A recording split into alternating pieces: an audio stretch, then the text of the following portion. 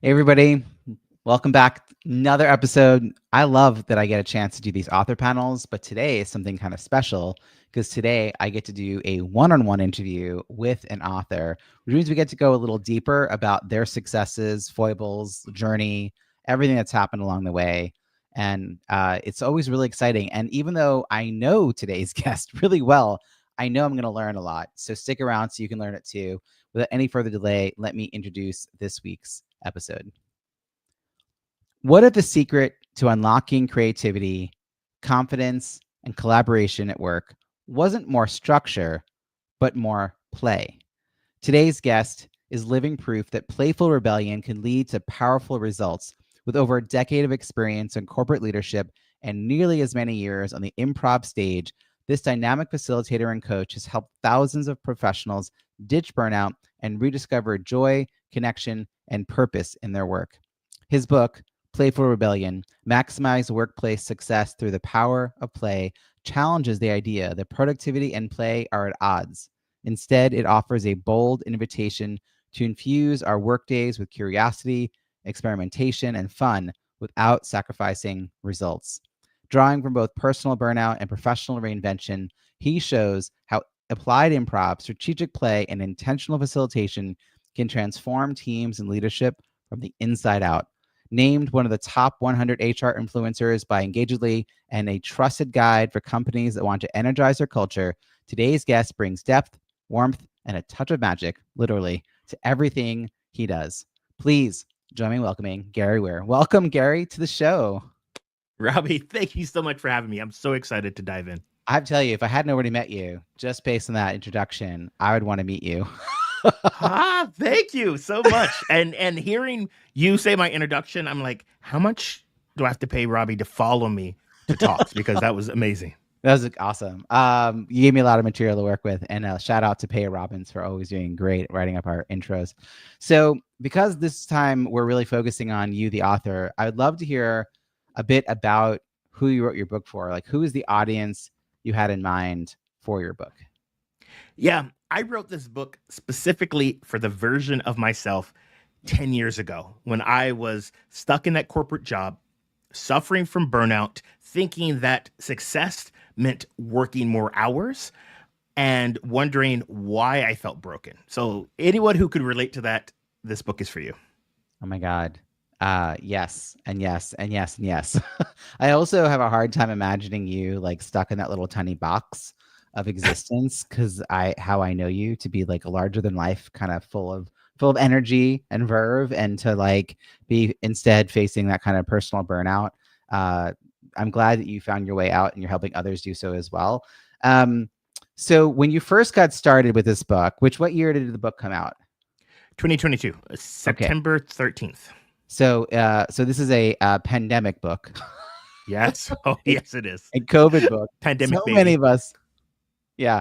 Did you have a really clear idea of who your ideal reader was, or did that actually become a little more obvious as you were developing the book? Actually, I did because I didn't set out to write this book. This book just sort of appeared. It originated from me doing this play challenge where I invited a whole bunch of people that were again suffering through burnout as a way to rediscover play while we were stuck at home. And it was a 30-day play challenge where I invited folks to do things that are in the book. And then afterwards, a number of people said, "Hey, is this in a book format? Because I love that you have these videos, but I would like to take this with me and reread it." And after I think half a dozen people said, "Hey, is this in a book?" The light bulb finally went off, and I was like, "Oh yeah, I should probably create a book from this."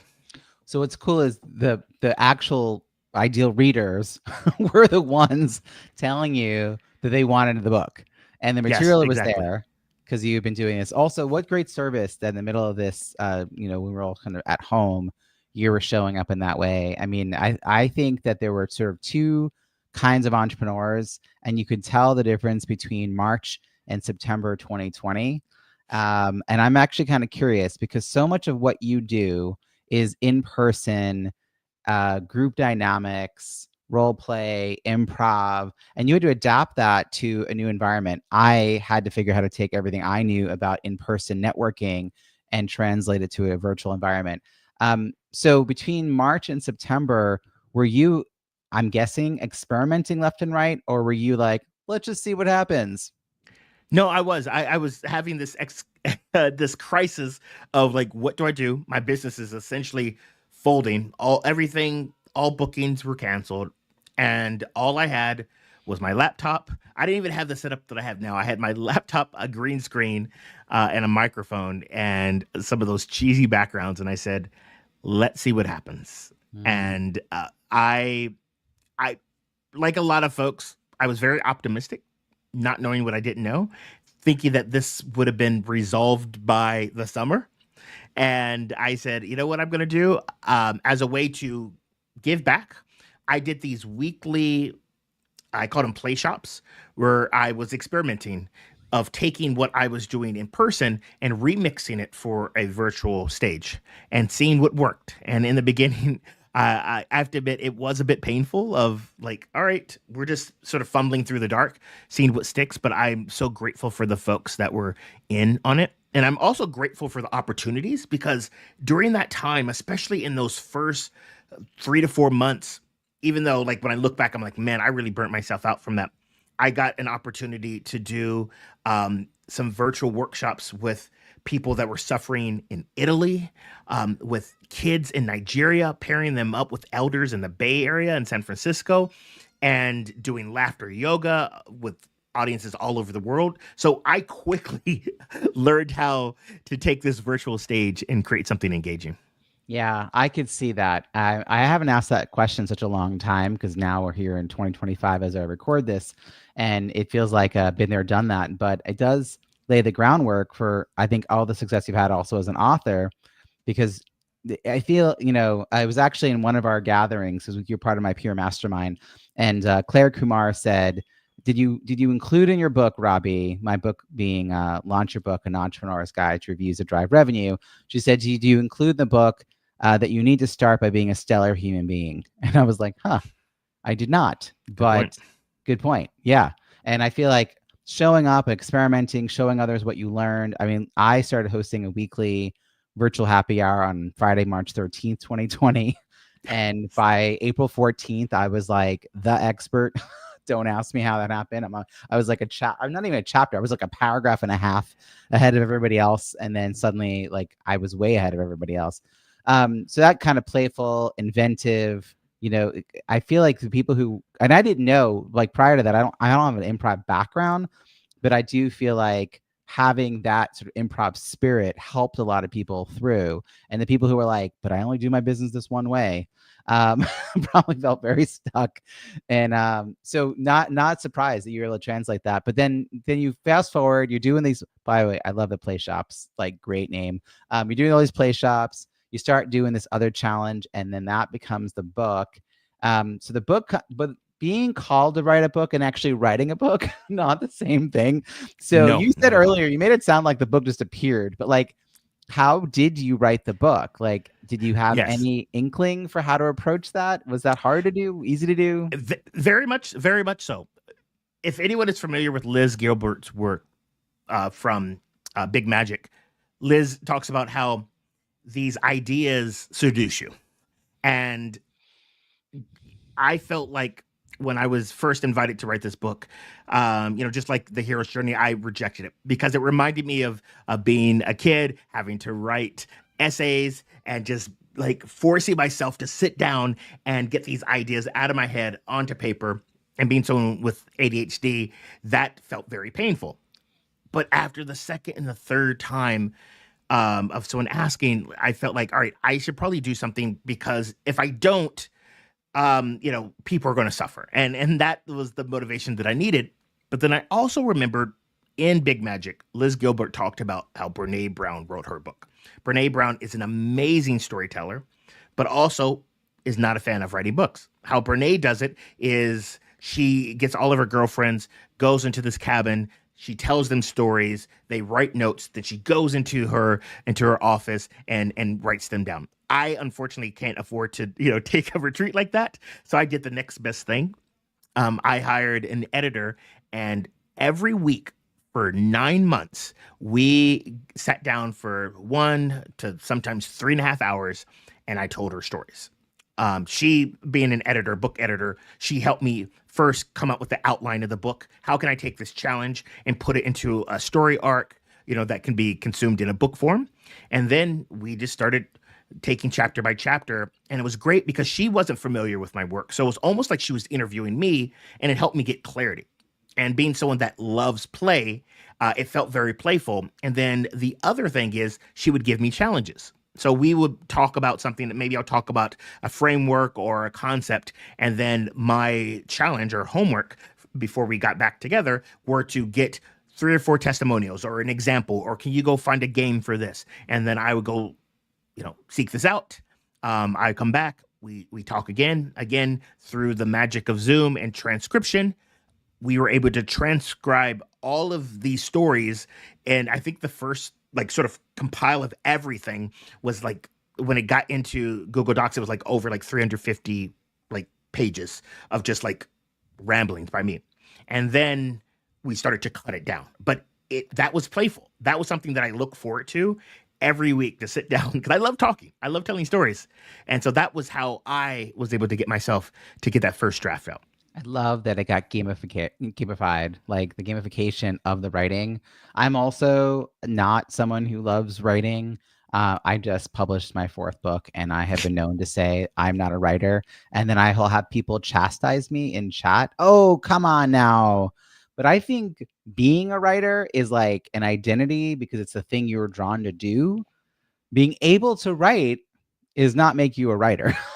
Correct. You know what I mean? Like, I can write, and it's no longer as stressful as it was the first go around. That thing you said earlier, Gary, about, essays. Like, I always joke that's like the 4th grade book report stress. Like the first time you have to stand up in front of a crowd and read your own work. And then there's all the academic writing I did in college and grad school, which was never fun. And it was very like fit it into this little tiny framework that will, and if you miss something, it's like points off. So I only figured out that I could write when I realized I could write in my own voice, and that people actually liked that. I think there was like definitely an aha moment. So when you're there telling stories, that was a part that I had the hardest thing, was getting the ideas out of my head. I'm such the extrovert, like communicating through word. And I love that you just knew right away, like to hire the right person who was going to create an outline and then listen to you and help you find the anecdotes and find the testimonials and find the games to intersperse, to make what you're saying like a little more tangible. I love that for you. How did you find this person? Was this someone you knew through your network? Like, how did you come across this resource? Again, it was like all the stars were aligned, because I had a friend who had sent me a message about her so I didn't start writing my book until 2021. And, by then I had already finished my play challenge, and I, starting to get like a groove of doing the things that I'm doing virtually.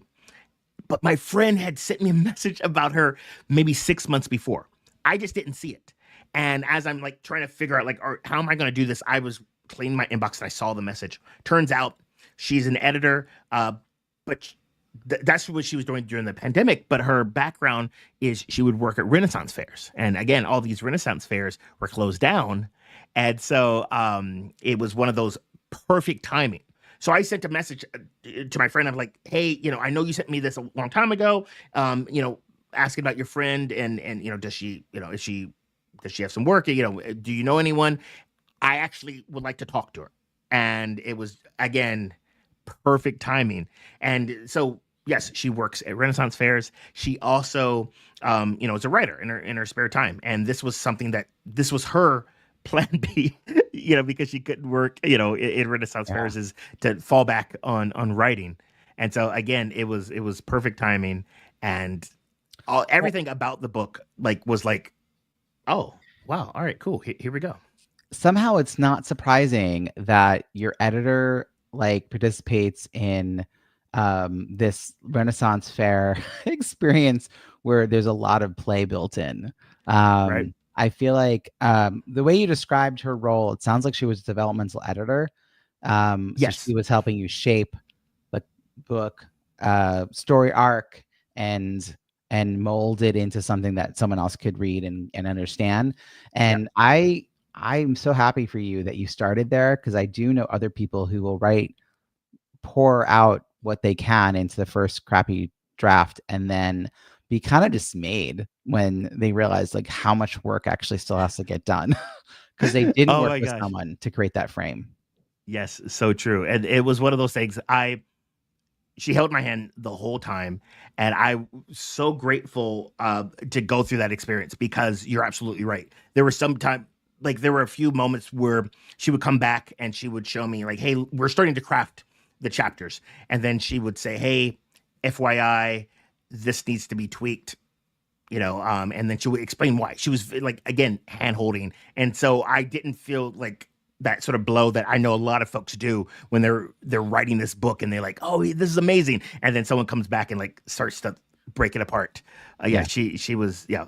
The very, dreaded very red pen supportive. comes out and like, yeah.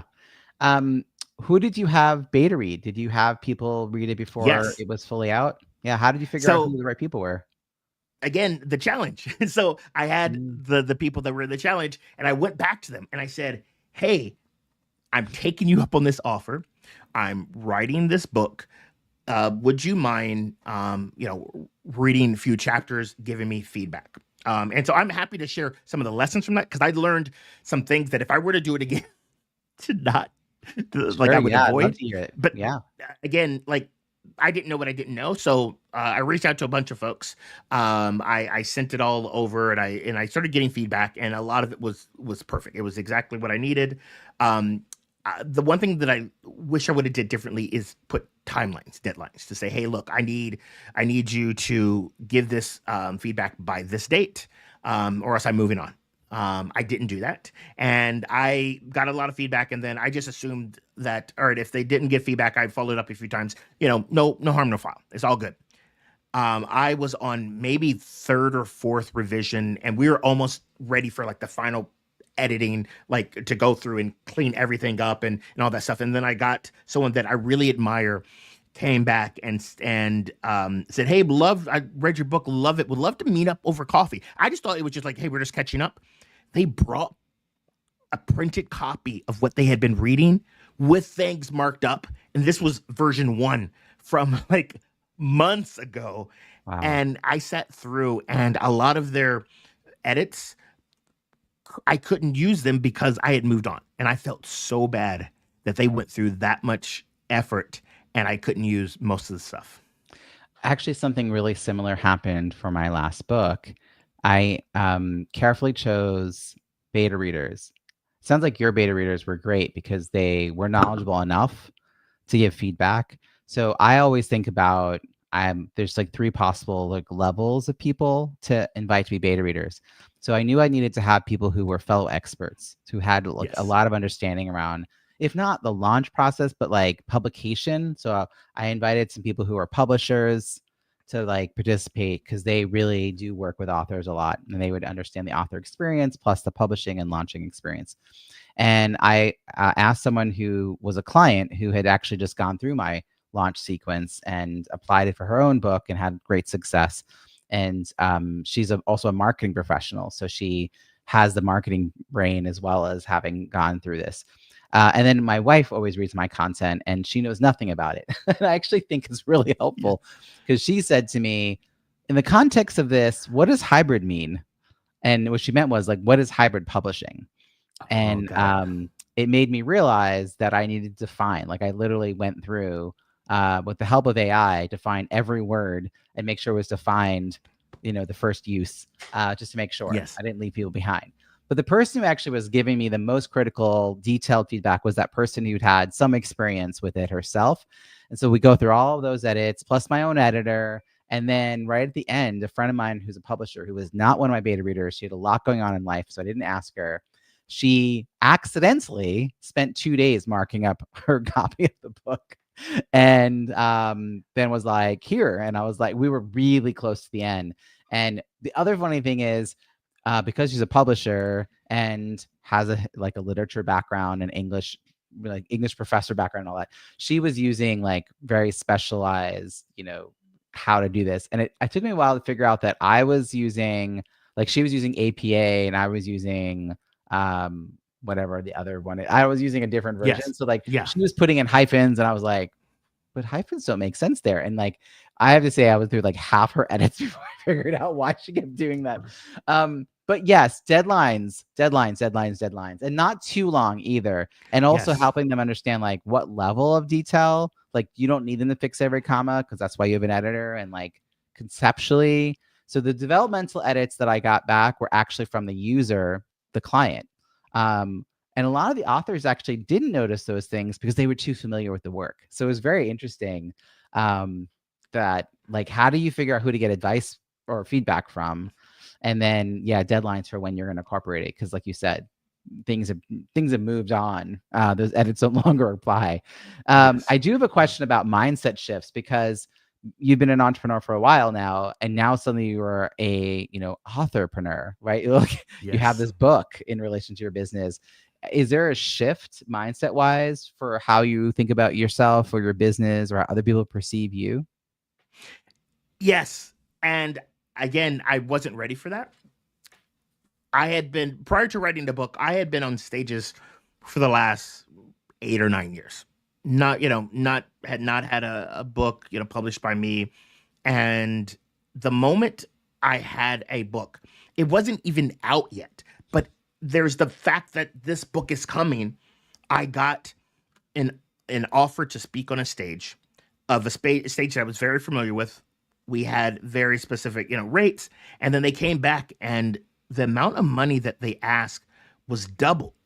And I was taken aback at first, and very naive of me to ask, "Are you sure this is correct?" Because again, I had spoken on that stage before, multiple times. We had a certain rate, and then I came back and I said, "Hey, this seems a little off as far as this rate.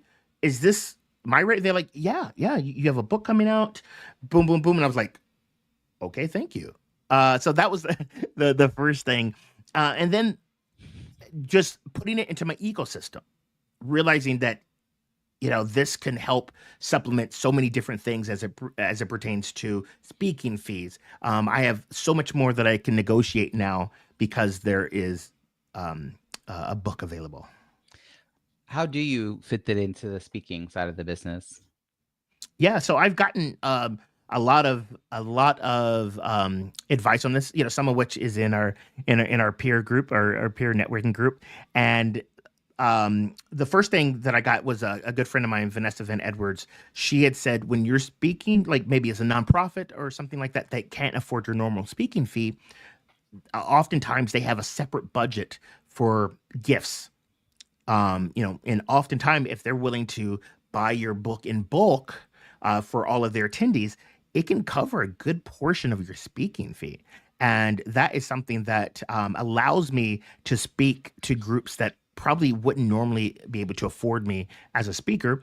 They have a separate budget for gifts and whatnot, and so they buy copies of my book. And it's a win-win. A lot of times they often throw in travel and whatnot. So that's one way, is being able to support people that couldn't normally afford you. The other thing is using it as a way to get extra stuff. Just the fact that I put it in there as an added upsell. Hey, guess what? You can buy my book at a discounted rate. And I believe I got that advice from you, Robbie, on the different price tiers on like, hey, look, if you buy this, buy this many books, is this discount, and just made it very simple. So again, I'm not trying to confuse things. I'm just like, if you have any sort of packages, like, hey, here's the speaker, if you were to throw in books, here it is. And I try to make it as easy as possible for folks. Do you include any books as part, like if they're paying your full fee, do you include some books as a starting? I usually throw in like maybe 10 books or so. I usually have a whole bunch on me. So I will normally travel with about 5 to 10 books. So that is, something nice. I'm like, hey, look, I throw it in just by default. Like, hey, look, you get 5 to 10 books just because. And a lot of times they're like, well, we want more. We can't just give away 10 books. So I'm like, all right, cool. Well, here's some options. I remember doing that. I would give like 25 books if there was like 100 to 150 people. And it was this awkward amount where they were like, well, that's more than what we'd give out for like people asking questions, but Yeah. not enough for everyone to get one. And they're like, huh. And I was like, well, if you buy, 50 or more, you get this, discount, 20% off or 25% off, whatever it was.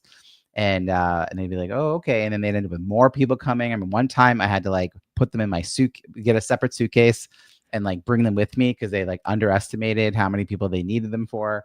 Good problem to have. But yeah, Yes. the bulk sales is where you can make a little bit of money or offset, the price of your speaking fee not being maybe full rate or it being even better than that. And also, like, I love that it gives you some flexibility of where you speak, if you want to speak for an organization that maybe can't afford your full fee. Um, you worked really hard on this book. I'm curious if what you thought of the book changed once it existed in the world. Like, Yeah. did it shift at all? Like what you thought the book was going to be versus what it became? Yes, and so one of the things that we learn in improv is this concept called yes and of we accept the reality and we build on it. I didn't know what I didn't know as far as the book, but once it started to take shape, I started to have one opinion on the book, and then it was a bit stressful once we got into the editing phase because that's where it really was coming down to like, all right, what are we cutting out? What are we tweaking? And it got a little frustrating, just the normal sort of parts about going through this going through this process. And then that was done. And then I got really excited again once we started marketing the book, and then people started getting excited. And then, we go through the launch phase, and that was a lot of fun. And then there was a renewal of like excitement for the book within 6 months after the initial launch, because that's where I started speaking more and people started buying the book. And there is, like, egos aside, there's just something really cool about someone coming up to you with your book and they ask you to autograph your book, and especially if they read it and something touched them and they want to like have that conversation. So that is something where I know a number of speakers, I'm not at that phase yet, so maybe if we chat again in a year or so and I'm at that phase, I might have a different thing. But I'm all about, actually signing each one and having a conversation, with folks, because I love hearing what they have to say about it or what they, hope to get out of it. Again, I haven't spoken on stages, knock on wood, I hope I welcome that opportunity, where I can't physically, sign and talk to each person. But that is something that I was not expecting, to have that sort of impact on people. Yeah. It's awesome. It's so lovely when any content creator gets that feedback. It's so rare. I feel like so often we are It just is. creating in a void and hoping our message is landing. And so this is why reviews matter on a personal note. This is why, people hit and reply to an email you're sent out, come into a conference to talk to you. My first book was called Croissants versus Bagels: Strategic, Effective, and Inclusive Networking at Conferences. And I spoke in person. It was way back in 2017, 2018, 2019. I had been actually doing that talk for like 7 years before that. But now I have this book, and I sort of made a policy that I didn't want to be sitting up the night before signing books in my hotel room. And so I haven't done that. I did everything else. But my agreement was, one, I would either design or co-design bookmarks that had my signature and my little tagline. So we sometimes did that, but I always had a Sharpie in my pocket. And so everyone would mingle. Like, my session was about networking, so it would end with a networking event. And I would be mingling. And as I was talking to you, I would just gently take your book out of your hands and look at your name tag and start signing the book to you while you were telling me about what I had just said that really stuck with you. Yeah. And I would hand it back to you. And that, I just preferred that interaction than sitting behind a table and just having 8 seconds with each person or less. Like, how do you spell Jennifer again? I didn't want to do that, but just mingling and signing books, like having that interaction.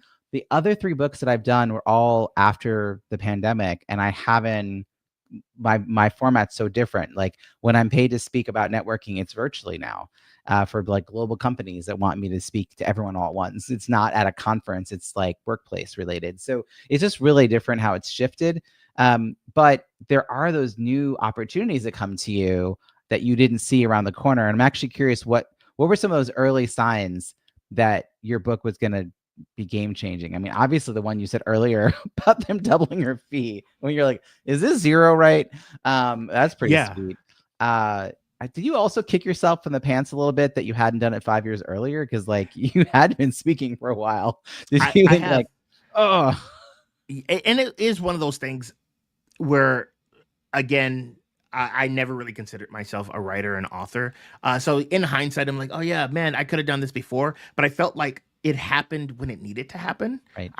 If I would have done it any other time, I don't think I would have taken the care that I would have done it. Like I would have had like maybe a different sort of motivation. So I felt like, yes, it would have been nice if it would have been like maybe like 3 or 4 years before, but it's just like someone who goes back to school at a later age, they appreciate it a bit better. Yeah, no, true. And it sounds like it's led to lots of new conversations that made you know that this is absolutely worth the effort. Like you're now on the Agreed. other side and you're like, that was all worth it. Which I think Yes. anyone listening who's at the very beginning stages of this, or worse, in that really difficult moment when you're like editing and refining and editing, refining. I always joke that I know I'm done. The book is ready when I just like, I can't even look at it anymore. Like I need a break. When I'm like, We do. I Yes. revised and edited and adjusted and discussed and beta read and like, and I'm like, I need to let it breathe and go out into the world a little bit. Speaking of it going out into the world, let's talk a little bit about reviews, which is my happy place and not Yes. so for most people. And I always say if you get a minimum of 20 reviews, written reviews, not just the 5-star ratings, but the written reviews, takes a little bit of effort because they don't just show up. This is not just like a magical thing. So you have 36 global ratings and 24 written reviews. So kudos, because I know that does not come super easy. And I also know you've been getting them even fairly recently because you've been part of the Kindle flash sales that I've been doing, Yes. and some more reviews keep dripping in, even though the book's from 2022. So how did you initially approach reviews? I mean, you and I didn't know each other back when you were starting No. this process. So how did it like originate in your plan? You mentioned you published, you launched. To even get 20 plus reviews, like clearly you were thinking about it. Like what were Yes. your thoughts about it? Yes. So I was very intentional about it. I personally had been on a number of street teams, and actually, so many blessings that happened because of the book. My the person that helped me promote the book, and then later became my virtual assistant, was one of the initial readers of my book. She loved it so much, and she, had so much awesome feedback. And it was one of those sort of kismet things where she had some experience with social media and whatnot. And then I said, Hannah, I hope this is not too forward, but would you be open to helping me launch this book? And she was like, all for it. And so that was the start. And then after it was over, so our agreement was from the pre-launch, which was in June of 22 through October of 22. So after the launch and a little bit afterwards. And then, we planned and laid everything out. And one of them was to get a street team of folks. And from that street team, they would help promote it and then help get that initial set of reviews. So that I think got at least 15 or 20. I wish I would have known what you know now to apply more. I probably would have, that initial would have got a lot more. So for those of you listening, Robbie knows what he's talking about. This is very crucial. But after that, and I got this tip from you as well, when someone would write and tell me about what they got from the book, I would kindly ask if they wouldn't mind like leaving a review. Just, hey, can you take that exact thing that you just wrote and go on Amazon or wherever you like to leave reviews, Goodreads and whatnot, and put that on there. And that's again helped get a large number of more reviews. Yeah. How many people were part of the original street team? Do you recall? Yeah, there were, I think, 30, 30 people. And then, just like with anything, you get a good portion that are gung ho. Some like say, yeah, I'm down. And then they sort of trickle off. So Yeah. again, learning from you, like numbers, it is a numbers game because people are going to trickle off. So get more than you think that you need Yeah. because people are people. Yeah. I was wondering, I was assuming somewhere between 30 and 40. Yeah. About a third of a larger team and 50% of like if you have under 100, you can probably get about 50% because those people were really handpicked. I mean, like Yeah, I exactly. remember at the same time I did 2 launches. One was with a client who had she asked almost 600 people, got 400 on her team, and then it's Lois Kramer. And then she had Yes, of course. Yes. 139 people who signed up and who actually left a review. So 139 out of 400 were her initial, and more have come in. She's at like 150 now. Around the same time, I had an author who I don't even know if we asked more than 80 people. She got 63 maybe to sign up, and she got 32 reviews because like her scale was much smaller, but it was a very niche topic, and her network was like a particular region. You know, it wasn't global. And so that's her people. And she's really happy with those 30 some odd reviews. You know what I mean? And it took just as much effort to get those 30 some odd reviews as it did to get to 139. It was a volume game, like you said. So yeah, it's good out of the gate start to think about that. I do know authors who just didn't think about it or assumed that they would just kind of happen. And I love that you're continuing to ask when people say a nice thing. I would go so far as to actually say, like, here's the link to my Goodreads, here's the link to my Amazon. You know, would you be open to sharing that as a LinkedIn testimonial or LinkedIn recommendation, I should say? So I always I start with Amazon, but I'm like, but we also, here's, you know, if that doesn't work for a variety of reasons, like here's the other ways it could be helpful. This is awesome. I love how this person became a VA and like a part of your team. Were there any other surprising ways that your book led to new relationships being developed, or, you know, clients, referral partners, collaborators, sometimes those unexpected wins that happen? Yeah. So, um, because of my book, I ended up getting to speak. Actually, the book wasn't even out yet. It was the premise of the book and the fact that the book was coming out. I got a chance to speak at this conference called Story Gathering, which is in Nashville, Tennessee. And I was very fortunate that it was the very last story gathering for a long time. I didn't know that that was going to happen when I got asked to speak. But it was, again, I had a book coming out, and it was all tied to that. My book actually launched at Story Gathering, and I got to do an author meet and greet there. It was really awesome. As a result of that, I got to meet someone that I had admired for a long time. His name is Brad Montague. If you're familiar with Brad Montague, you probably know his work with Kid President, and his books, Becoming Better Grown-ups, and The Circles Around Us, and all of those books. Brad is a fixture at Story Gathering. So Brad and we got to hang out, and it was such an like surreal moment because Brad's inspiration, he talks about being a joy rebel, was one of the things that got me thinking about being a play rebel. So it was great, a sort of full circle moment to be amongst that company, of Brad and whatnot. It is always an interesting moment when you realize your peers are the people that you've looked up to for a really long Yes. time. And you're like, who am I in the green room with? Wait, what? Right? What now? Like, whoa. That's really awesome.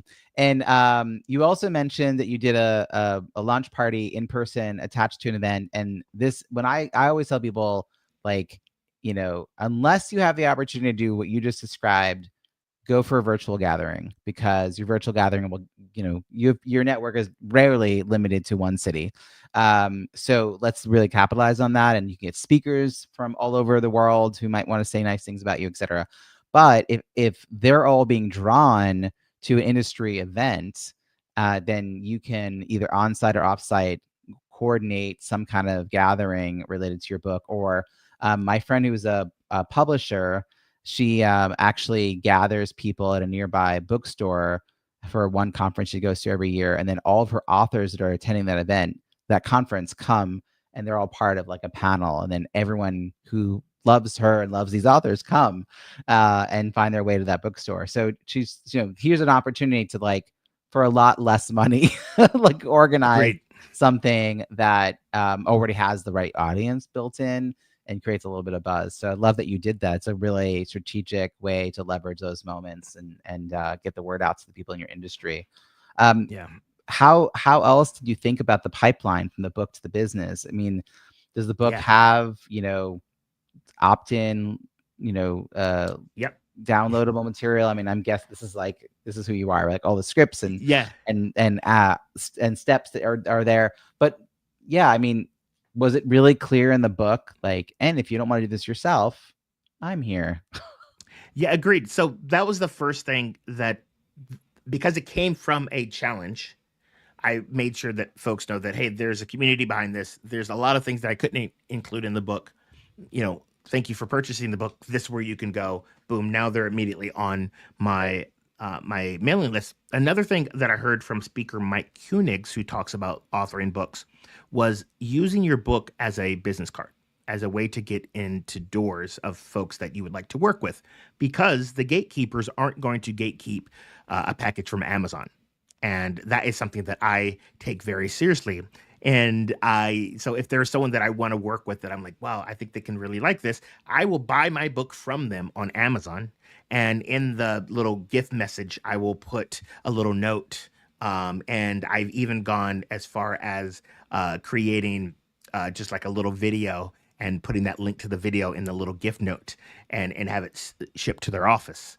And I've fortunate that had people respond to that. So again, having a book, especially if it supports the work that you do as a speaker or as a facilitator, trainer, whatever the case may be, it's a great way of getting it in front of people that you want to work with. Okay, you just said something I've actually not had someone else say before, and I'm going to be sharing this advice and try to remember it came from you. So I give you credit. But I'm sitting on a couple hundred books. My first 3 books. Now the first one, I didn't know that all the in-person events were going to get shut down. And I had about 100 books in the house at any one point, just in case I needed to grab 20, 50, 100, my way out the door. But I bought maybe like 30 copies of my second book with a plan, and then didn't do it. My third book, I bought 100 with a plan, not a well-shaped plan, and I didn't do it.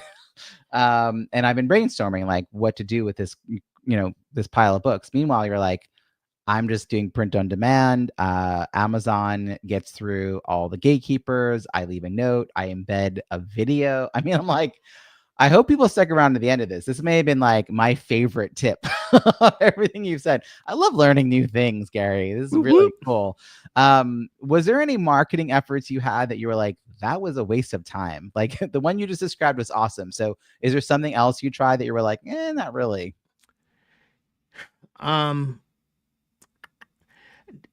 Not really. I think because I approached everything as an experiment, because I didn't know what I didn't know. Everything had some sort of purpose. So I had some swag that went along with it, like some stickers and stuff. I gave a lot of that away. Will I do that again? Maybe not. But I think everything I did was in limited run of like, let me test this out first. Like I didn't stick with anything. One of the things that I wanted to do, I just didn't have the capacity to do it because I had tied the launch to 2 very specific events that I was speaking at. I attached the pre-launch to a keynote I was doing in June, and then launch to an event that I was doing in September. I wanted to do something virtual. I just couldn't pull it off just because of my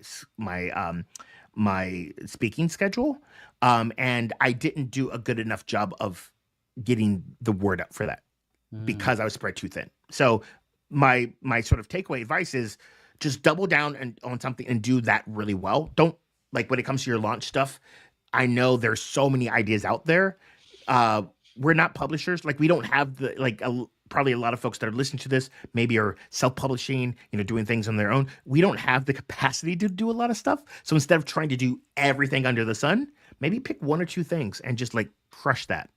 That is actually great advice, because doing everything just like halfway and not finishing it or not doing it as well as your capacity is able to do in that moment won't get you good results. And also having regret. I feel like it's one thing to be like, well, if I had time, I could have done 5 more things. But you're also like, I tried experimentation. And I think that's part of this. We have to figure out what works, test it, try it, and figure it out.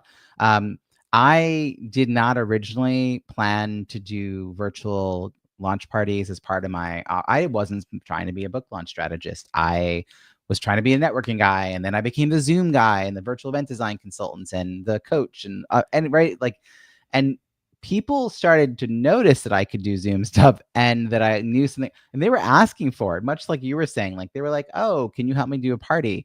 And I'm like, oh, right. Like, it's a big deal. It's like the one time you want it to all go well. You're not being hired by a company, so you have to get your own tech. Like, you have to do your own AV. You have to handle like your MC. Like, I'm like, oh, I am tech. I could do the MC role. I do design. Like, I can help them do it strategically for the. Like, I was like, oh, I could do all those things. Like, it is interesting when you listen closely to what people are saying. Like, they will tell you what they want from you, and I love for you that happened. How can people find you and follow your work? I'm hoping that a lot of people listening are going to want to stay in touch. Yeah.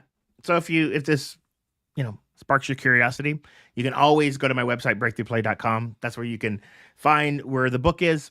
I'm on LinkedIn at Gary Ware. I'm on all the other socials at Gary Ware as well. I love talking about stuff like this. I love giving back to other authors because, again, I wouldn't be where I am had I not gotten support and advice. So if you are curious about my process, reach out. Brilliant. Yeah, we're going to put all those links in the show notes at bizbookpubhub.com. We're going to put a direct link to your book. We also have your, let's see, we have your LinkedIn, Instagram, and your Twitter, breakthroughplay.com. So make sure people know they can find you. And also at bizbookpubhub.com, you're going to find a curated directory of more than 24 experts who support entrepreneurs writing, editing, publishing, and marketing their book, an invitation to attend our free monthly virtual networking events, and the Kindle Flash Sale, which I organize 3 times a year, where authors lower their Kindle book price to 99 cents. Gary's been a part of that, and hopefully he'll be back again for our late fall one. So there's a lot of resources there. And of course, all the podcast show notes. These episodes come out once or twice a week, and we are looking forward to hearing your comments about them. So Gary, thank you so much for spending time with us. Really, really appreciate it. Robbie, I just want to acknowledge you. Thank you for holding space. This is so hard to find decent material on this, and appreciate you for being that person. Absolutely.